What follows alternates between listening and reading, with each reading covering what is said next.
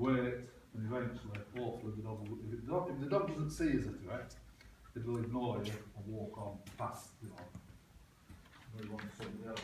And hopefully by this time, it's over, she'll come out and find me. Okay.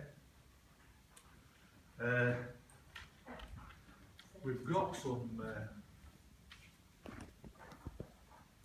going to have to put my glasses on. But these basically are promises. Now I'm going to read these promises to you. And if there's any words in here that you don't understand, just put your hand up and I'll explain what the words are.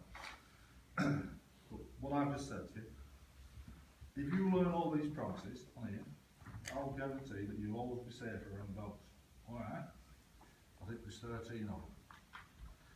Always ask permission before your pet or play with someone else's dog. Always ask permission.